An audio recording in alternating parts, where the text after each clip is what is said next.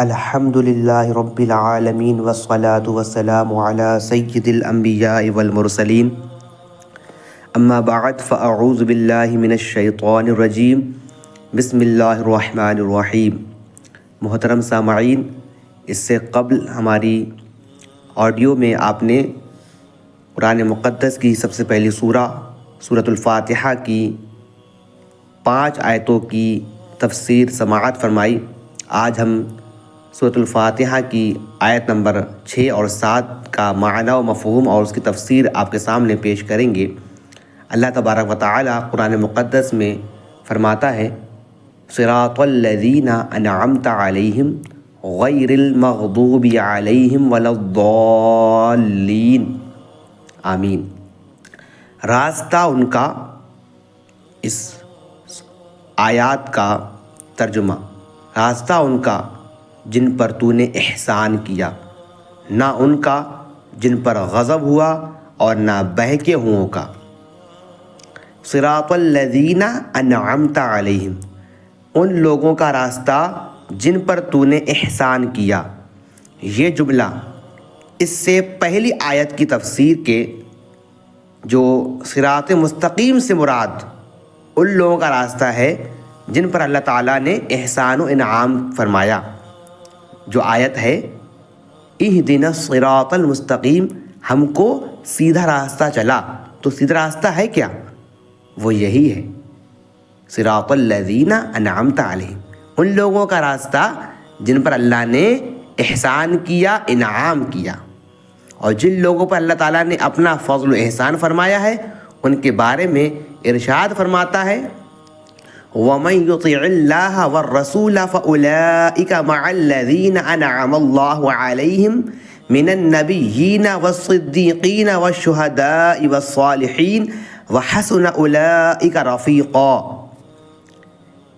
ترجمہ، اور جو اللہ اور اس کے رسول کی اطاعت کرے تو وہ ان لوگوں کے ساتھ ہوں گے جن پر اللہ نے فضل کیا، یعنی انبیاء اور صدیقین اور شہداء اور صالحین، اور یہ کتنے اچھے ساتھی ہیں۔ صراط الذین انعمت علیہم، یہ جو آیت سے ہمیں کچھ مسائل اور کچھ باتیں ہم کو جو ملتی ہیں۔ پہلی بات، جو اس آیت جو امور پر ہمارے بزرگان دین کا عمل تھا، ہمارے بزرگان دین جن باتوں پر عمل کرتے رہے وہ صراط مستقیم میں داخل ہیں۔ دوسری بات، امام فخر الدین رازی رحمۃ اللہ تعالی علیہ فرماتے ہیں، بعض مفسرین نے فرمایا کہ اہدنا الصراط المستقیم کے بعد صراط الذین انعمت علیہم کو ذکر کرنا اس بات کی دلیل ہے کہ مرید ہدایت اور مکاشفہ کے مقامات تک اسی صورت پہنچ سکتا ہے جب وہ کسی ایسے کامل پیر کی پیروی کرے جو درست راستے کی طرف اس کی رہنمائی کرے، غلطیوں اور گمراہیوں کی جگہوں سے اسے بچائے، کیونکہ اکثر لوگوں پر نقص غالب ہے اور ان کی عقلیں حق کو سمجھنے، صحیح اور غلط میں امتیاز کرنے سے قاصر ہیں۔ تو ایک ایسے کامل شخص کا ہونا ضروری ہے جس کی ناقص شخص پیروی کرے، یہاں تک کہ اس کامل شخص کی عقل کے نور سے اس ناقص شخص کی عقل بھی مضبوط ہو جائے، تو اس صورت میں وہ سعادتوں کے درجات اور کمالات کی بلندیوں تک پہنچ سکتا ہے۔ غیر المغضوب علیہم ولا الضالین، نہ کہ ان کا راستہ جن پر غضب ہوا اور نہ بہکے ہوئوں کا۔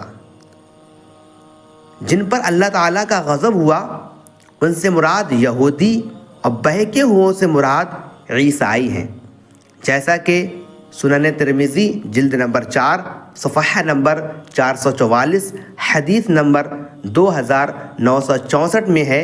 اور امام فخر الدین رازی رحمۃ اللہ تعالی علیہ نے یہ بھی لکھا ہے کہ جن پر غضب ہوا ان سے مراد بدعمل ہیں اور بہکے ہوئوں سے مراد بدعقیدہ لوگ ہیں۔ ہر مسلمان کو چاہیے کہ وہ عقائد، اعمال، سیرت، صورت، ہر اعتبار سے یہودیوں، عیسائیوں اور تمام کفار سے الگ رہے، نہ کہ ان کے طور طریقے اپنائے اور نہ ہی ان کے رسم و رواج اور فیشن اختیار کرے اور نہ ان کی دوستیوں اور صحبتوں سے دور رہتے ہوئے اور جو ہے ان کی دوستیوں سے یاریوں سے صحبتوں سے دور رہتے ہوئے اپنے آپ کو قرآن و سنت کے سانچے میں ڈھالنے میں ہی اپنے لیے دونوں جہان کی سعادت تصور کرے۔ اس آیت سے لفظ وَلَضَّالِّينَ کچھ مسائل، بعض لوگ جو ہے، بہت اہم بات ہے یہ، کچھ لوگ جو ہے وَلَضَّالِّينَ کو وَلَضَّالِّينَ پڑھتے ہیں، وَلَضَّالِّينَ کو وَلَضَّالِّينَ پڑھتے ہیں۔ یہ ان کا ایسا کرنا یہ حرام ہے۔ اعلیٰ حضرت امام احمد رضا خان رحمۃ اللہ تعالی علیہ فرماتے ہیں ضاد، ظا، ذال اور زا سب حروف متباینہ متغائرہ یعنی ایک دوسرے سے جدا جدا حروف ہیں۔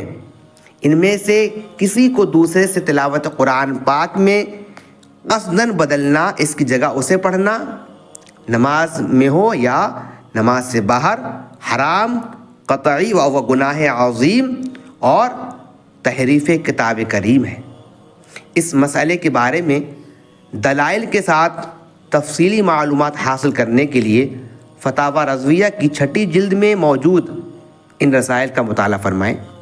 پہلا رسالہ نعم الزاد لروم الضاد یعنی ضاد کی ادائیگی کا بہترین طریقہ۔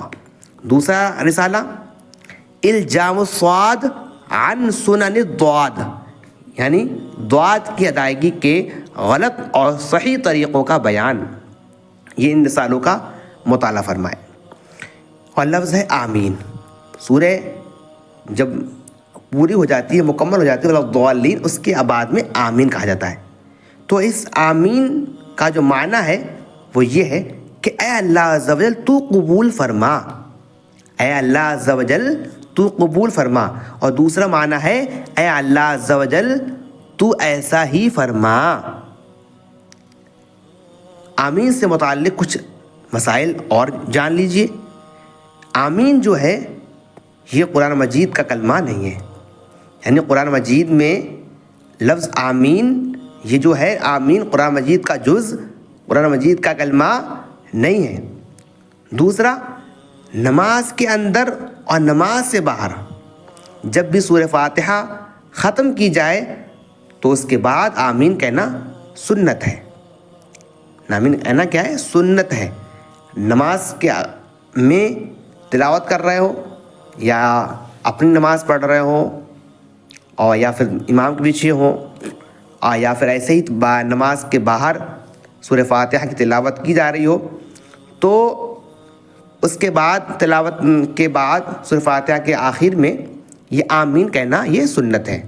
اور امام اعظم ابو حنیفہ رضی اللہ تعالیٰ عنہ کے جو ماننے والے ہیں، جن کی تقلید کرنے والے ہیں، یعنی احناف کے نزدیک نماز میں سورہ فاتحہ جب پڑھی جائے، جب امام پڑھے اور مقتدی سنے تو مقتدیوں پر یہ لازم ہے کہ وہ آمین بلند آواز سے نہیں بلکہ آہستہ آواز سے کہیں۔ اللہ تعالیٰ ہم کو آپ کو تمام باتوں پر عمل کی توفیق عطا فرمائے، آمین یا رب العالمین۔